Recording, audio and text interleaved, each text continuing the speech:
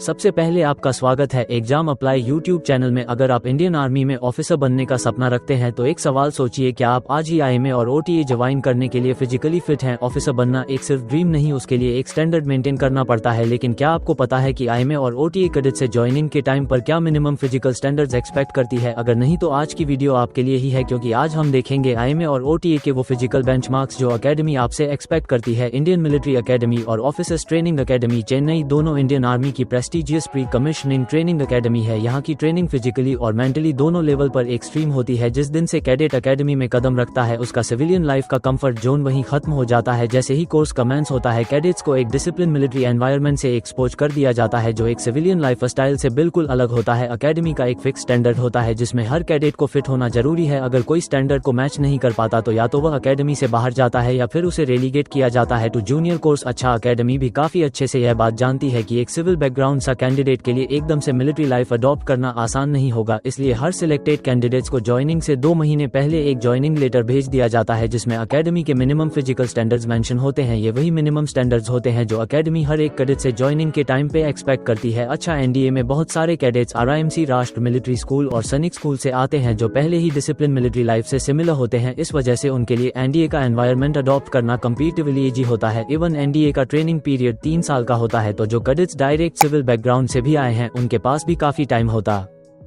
है अपने स्टैंडर्ड्स को इम्प्रूव करने का। लेकिन ग्रेजुएशन के बाद वाली एंट्रीज का सीन अलग है। जितनी भी डायरेक्ट एंट्रीज होती हैं वहां पर ज्यादातर कैडेट सिविल बैकग्राउंड से आते हैं। इसके अलावा ट्रेनिंग का पीरियड भी एनडीए के कंपैरिजन में काफी कम होता है और इन सब के कारण ही कैडेट्स को ट्रेनिंग के स्टार्ट होते ही एकदम से हाई फिजिकल और मेंटल स्टैंडर्ड्स पर खुद को फिट करना पड़ता है। अच्छा, डिपेंडिंग अपॉन द एंट्री ऐसे सभी कैडेट्स की training Indian military academy, officers training academy Chennai और अब तो ओटीए गया में भी होने लगी है। तो सबसे पहले अगर हम ओटीए चेन्नई की बात करें तो यहाँ सिर्फ 49 वीक्स की ट्रेनिंग होती है। इतना ही नहीं, चेन्नई का एक्सट्रीम वेदर इस ट्रेनिंग को और भी चैलेंजिंग बना देता है। और अगर ओटीए चेन्नई के मिनिमम एक्सपेक्टेड फिजिकल स्टैंडर्ड्स की बात करें तो जेंटलमैन कैडेट्स को 2.4 किलोमीटर 10 मिनट एंड 30 सेकंड में पूरा करना होता है। इसके अलावा अकेडमी एक्सपेक्ट करती है कि कैडेट्स ज्वाइनिंग के टाइम पर 30 से 40 पुशअप्स और 6 चिन अप्स कर सके। वहीं लेडी कैडेट्स के लिए 2.4 किलोमीटर इन 13 मिनट 25 सेट अप्स, 15 पुशअप्स और 2 चिन अप्स। वहीं अगर हम बात करें इंडियन मिलिट्री अकेडमी की तो यहाँ पर जेंटलमैन कैडेट्स को 5 किलोमीटर 30 मिनट के अंदर 10 से 15 मिनट की स्किपिंग, 30 सेटअप, 30 पुशअप, 4 से 6 चन अप्स और साथ ही 3 से 4 मीटर रोप क्लाइंबिंग। इसके अलावा अगर आपको स्विमिंग नहीं आती है तो अकेडमी स्ट्रांग सजेस्ट करती है कि आप ज्वाइनिंग से पहले किसी ऑथराइज्ड कोर्स से स्विमिंग के फंडामेंटल सीख लें, क्योंकि ट्रेनिंग में सभी कैडेट्स को स्विमिंग टेस्ट क्लियर करना मैंडेटरी होता है। अगर आप अकेडमी के इन ऑफिशियल स्टैंडर्ड्स को अचीव करके वहां पहुंचते हैं तो शुरू के दिन आपके लिए थोड़े मैनेजेबल हो सकते हैं, लेकिन जो असली चैलेंज है वो है अकेडमी के अनऑफिशियल स्टैंडर्ड्स। अकेडमी में सिर्फ फिजिकल टेस्ट ही नहीं बल्कि ट्रेनिंग के बीच में मिलने वाली अनऑफिशियल पनिशमेंट्स भी आपके मेंटल स्ट्रेंथ को टेस्ट करती है। पर यही पनिशमेंट्स आपको फिजिकली और मेंटली भी स्ट्रांग बनाती है। वो तो आपने सुना ही होगा, जितना रगड़ा उतना तगड़ा। तो अगर आप अकेडमी